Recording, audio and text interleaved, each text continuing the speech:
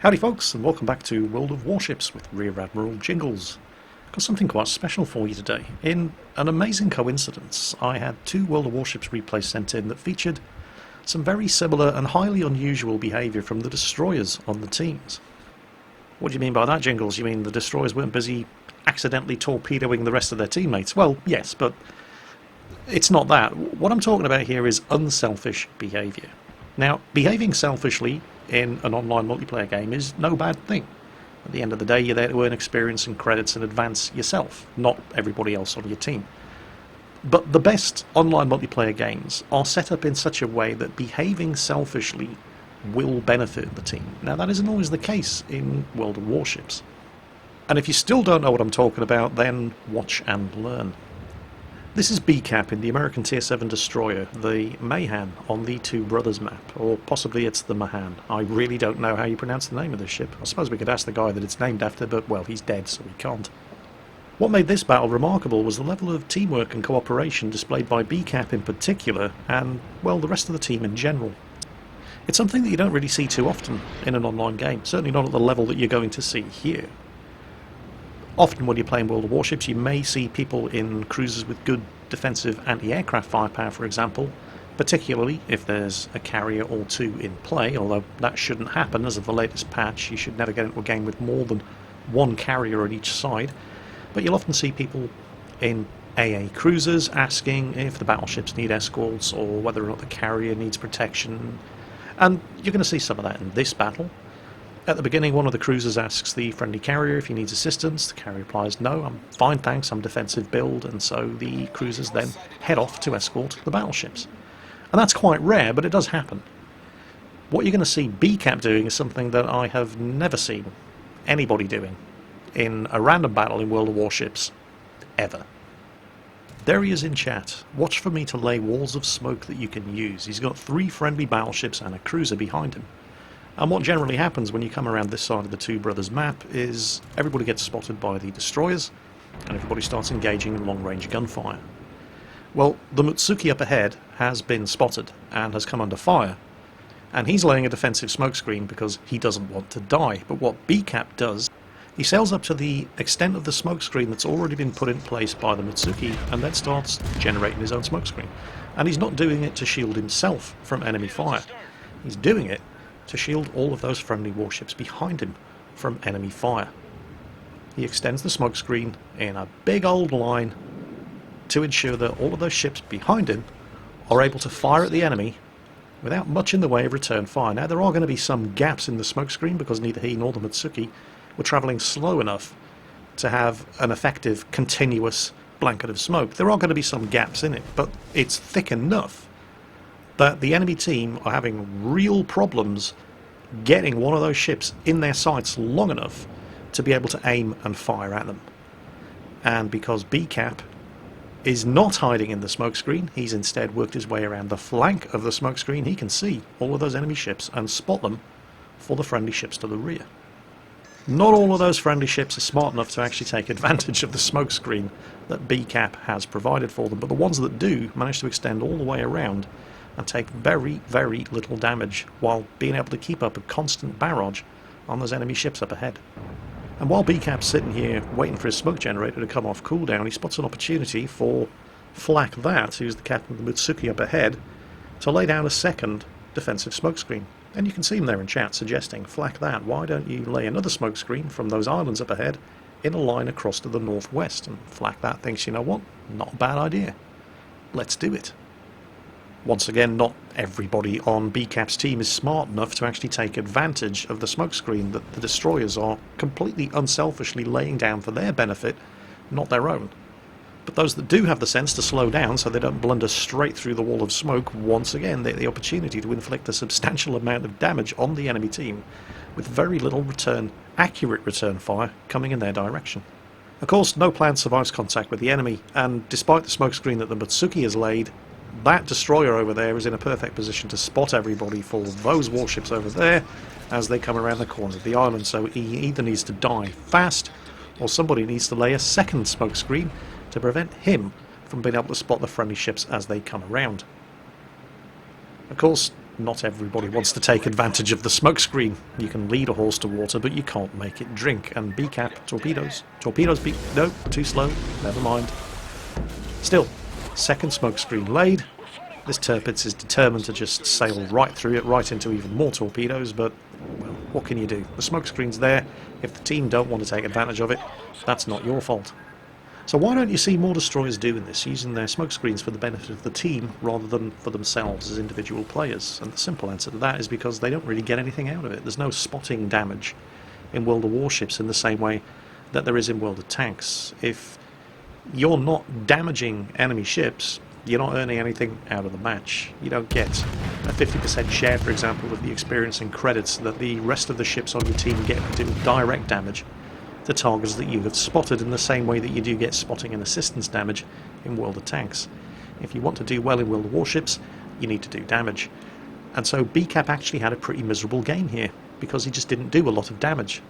He enabled his team to do a lot of damage, and I'm pretty sure that if it wasn't for BCAP and the captain of that Mitsuki laying these defensive smokescreens, his team would have lost, because despite their efforts, this was a very, very close match.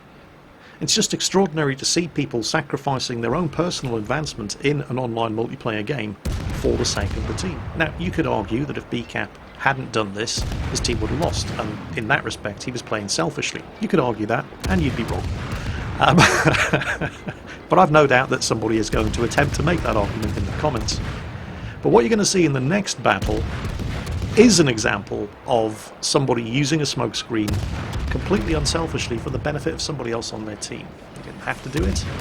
His team were probably going to win, whether he used that smokescreen or not, but he saw somebody in his team who badly needed it, much more than he did, and so he didn't even think twice. This is Altanzar. He's in the USS Atlanta. It's a premium Tier 7 American cruiser. Well, technically it is a cruiser, but calling it a cruiser is a little bit generous. It's basically a big destroyer. It's got lots and lots and lots of guns, but they're only 127mm. They're the same caliber of guns that you get on most of the American destroyers. The one saving grace, well, the two saving graces of the Atlanta's guns is it gets a metric arse-ton of them, and they have a ridiculously high firing arc. You can fire these shots clean over islands. It's like having a ship equipped with a bunch of catapult launchers. Now, as of the latest patch in World of Warships, the Atlanta comes with the radar consumable. It does not, however, have a smokescreen generator. If the Atlanta had a smokescreen generator, it would be ridiculously overpowered. There are two cruisers in the game that do come with smokescreens. One is very, very rare. It's only available for World of Warships alpha testers. The Iwaki Alpha, a premium Japanese, I think, Tier 4 cruiser, which has a smokescreen. And, of course, the Mikhail Kutuzov, which is available in the premium gift shop occasionally. It's not always on sale. Tier 8 premium Soviet air defense cruiser, which also has a smokescreen generator. Difficult to use the smokescreen generator effectively in the Kutuzov because it's such a big ship. If the Atlanta could generate its own smokescreens, it would be ridiculously overpowered. It's not much bigger than a destroyer in the first place, and this thing being able to sit in a smokescreen completely undetected, well, if you haven't already seen the rate of fire on the Atlanta's guns and the amount of high explosive damage this thing can push out, well, you'll understand what I'm talking about. If the Atlanta could generate its own smoke, it would be ridiculous. You do sometimes see Atlantas taking advantage of smokescreens generated by other destroyers. It's not unusual to see Atlantas and destroyers working closely together. The Atlanta's fast enough to keep up, mostly, with a lot of the destroyers that it's likely to see in the matchmaker, and can often take advantage of the defensive smokescreens dropped by those destroyers when they get engaged by enemy destroyers. And if you're getting engaged by an enemy destroyer and you're in a destroyer, having the kind of firepower backing you up that the Atlanta can provide is always welcome. But that's enough theory crafting. On with the battle. Friendly Mayhan up ahead is attempting to cap Charlie. Altanzar has been spotted. The capture progress is not advancing. That means there is an enemy destroyer in the cap circle up there somewhere. He pops some speculative shots off at where he was expecting that enemy destroyer to be, and there he is. It's a Mayhan. Takes a little bit of return fire. The friendly Mayhan up ahead wasn't spotted. He was inside a smokescreen. Altanzar was the only thing those guys could see to shoot at, but now he's quite safe. He's no longer in line of sight. He's undetected, and he's behind this big-ass mountain over here. But the Atlanta's guns can fire right over it. We're going to skip ahead about a minute. That smoke screen's still there. Unfortunately, the destroyer who laid it isn't. He's been sunk, and they've also lost one of their Kutuzov-class cruisers who ventured into the Alpha capture point and found out the hard way that it was actually contested by a whole bunch of enemies. Speaking of enemies, enemy Atlanta, and just look at how fast this thing fires. And the amount of damage that these tiny little destroyer caliber guns can do. He fires 3 times at that enemy Atlanta, and in the space of a couple of seconds shaves a third of his health off. He's still jockeying for position here, trying to find that perfect sweet spot where his guns can clear the obstruction in front of him but still keep him safe from return fire. Of course, he's not going to be safe from return fire from that Atlanta, because if he can do this to him, he can do it to Althensar. That's why he's prioritising him as a target, but then a whole bunch of enemy ships suddenly pop up. He did take a hit there from what looked like the enemy Atago, but no real serious damage. He lost a gun turret. That happens when you're in the Atlanta, although the survivability of the gun turret has been buffed as of the latest patch. But it's this Tirpitz, or shall I say Derpitz, who's, how can I put this? Althensar is about to make this guy severely regret some of his life choices. The Tirpitz is chasing a friendly North Carolina, and he's completely ignoring Althensar because, well, they're only 127mm guns. How much damage can they do? Well, when you've got all of these guns firing every couple of seconds and just pouring high explosives into your superstructure, you'd be surprised at how much damage these guns can do. Look at the number of fires that he's set, and you'll notice he's not detected.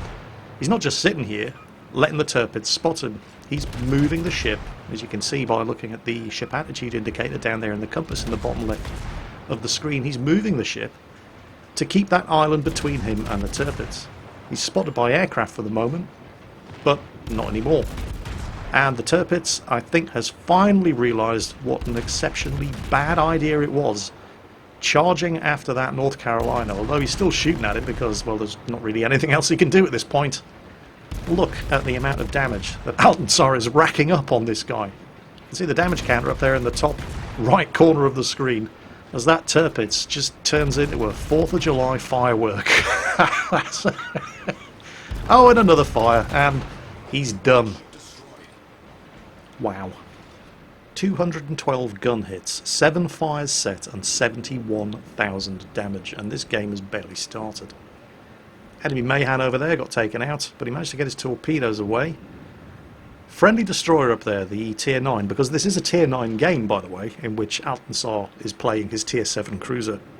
We're going to be seeing more of that guy later. He manages to avoid all the torpedoes fired by the Mayhan, but he takes a big hit from that Atago class cruiser over there. Sorry, I know it's not an Atago class, it's the Atago. It's actually a Takao class cruiser. Looks like the friendly Derpitz up ahead, in an effort to get his torpedoes off against that Atago, managed to eat most of the other torpedoes launched by the Mayhan, but enter the Atlanta once again. The Atlanta is not just a high explosive spammer. The armor piercing at the right ranges can be absolutely devastating, and we're really talking around about 7 kilometers or less. It's true of all the American 127mm destroyer guns. Look at this. Just watch what he does to this guy. Torpedoes? Nah.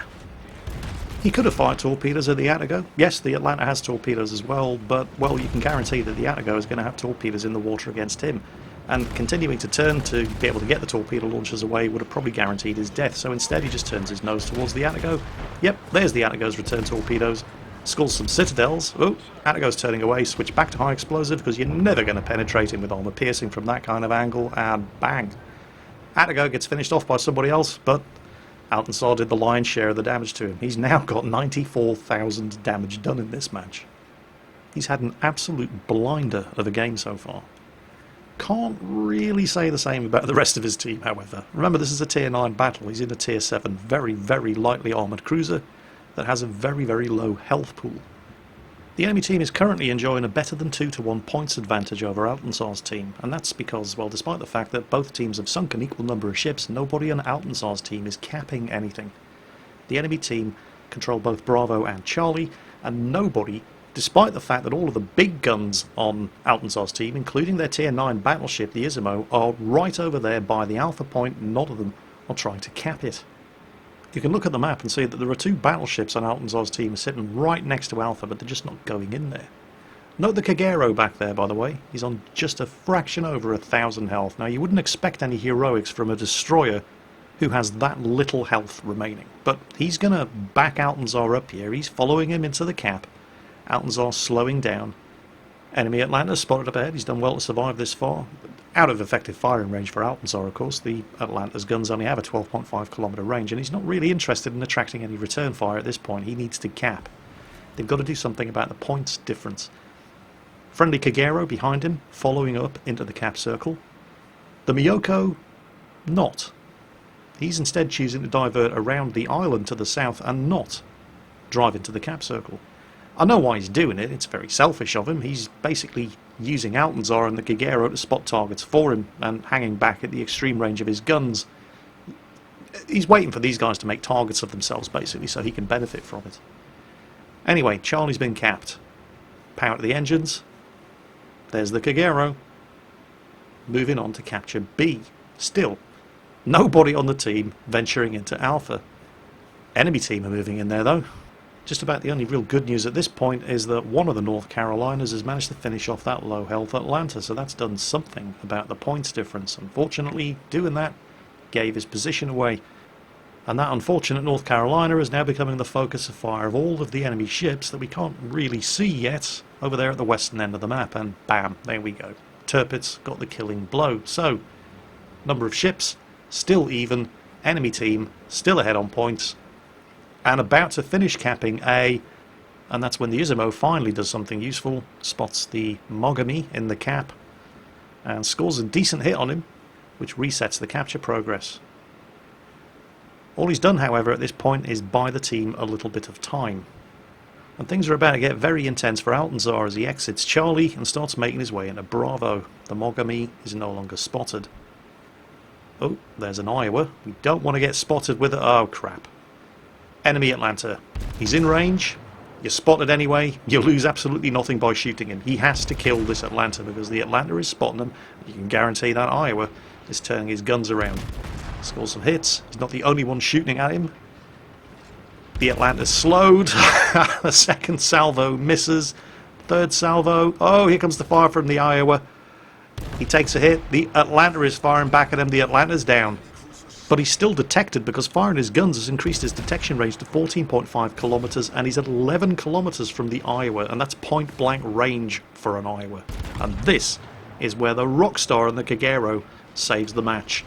Slow down, he says, I'll smoke you. Altanzar slams on the brakes, Kagero charges forward, pops his smoke generator, and he's risking dying himself at any second here. Look at how close these shots are coming. I mean, they're aimed at Altanzar. They can't see the Kagero, but a stray shot doesn't care. The amount of health the Kagero's on, he's risking death by doing this, but he doesn't care. Altanzar needed the smokescreen. He gave him the smokescreen, and now Altanzar is not detected. And you know the Kagero's going to be launching torpedoes. And Altanzar can't believe he's alive. And that Iowa, they've capped, by the way. They've now controlled Bravo and Charlie. Altanzar starts reversing, because you don't want to be sitting in the exact same spot you were located in when you popped out of view. And now he's completely free to start doing the same thing to this Iowa that he did to the Tirpitz at the beginning of the match without being detected. Oh well, he would have if the Izumo hadn't ninja'd the kill, but hey, just when you need something to shoot at, a Tirpitz pops into firing range and, well, Altanzar isn't spotted, the guns are up, the Tirpitz is in range, why the hell not? Enemy team are down to 2 ships at this point, that Tirpitz and a Fubuki-class destroyer, the Japanese Tier 8. But the Fubuki is about to run into a very angry Atago and come to a sticky end, and for now, well, it's all about the Atlanta and Altanzar, and how much damage he can farm off this completely oblivious and very unfortunate Tirpitz. Before he gets put down, you can see the Izumo is putting some shots in there as well. The Tirpitz can't see Altanzar, so he's firing back at what he can see, and that's just fantastic as far as Altanzar is concerned. I think the Fubuki is just about to get spotted and killed by one of the Atagos over there. He set another fire on the Tirpitz. He's stopping. Check the smoke screen. Yep, we're good. Smoke screen is dissipated behind him. Smoke screen's gone. He's now detected. Doesn't really matter because the Tirpitz isn't pointing his guns at him. He's got bigger fish to fry, so just keep your finger held down on the left mouse button. Start your engines up anyway, because hey, you never know. Yeah, the Fubuki's dead. One of the Atagos finished him off, and there's just nowhere for this Tirpitz to go. Enemy team managed to snatch defeat from the very jaws of victory.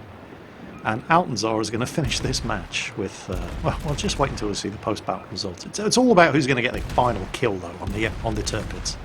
Oh, there's another fire. And that's really what he needed at this point, because it's the damage over time from the fire as well as the blistering rate of fire of the Atlanta's guns that's going to secure him the kill. Sadly, I don't have the post-battle result screens for this match, so I have no idea exactly how much experience or credits he earned out of this, but, well, he scored 361 hits, set 9 fires, sank 3 ships, assisted in capping once, capped alone once, and did 130,000 damage in a Tier 7 premium cruiser in a Tier 9 battle, so it's probably likely that he made a profit out of that one.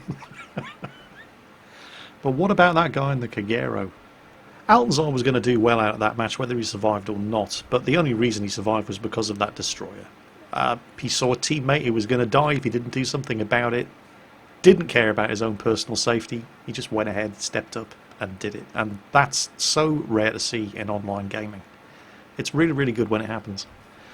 Anyway, that's it for today, folks. I hope you enjoyed today's video, and let's hear it for the unselfish destroyer captains out there.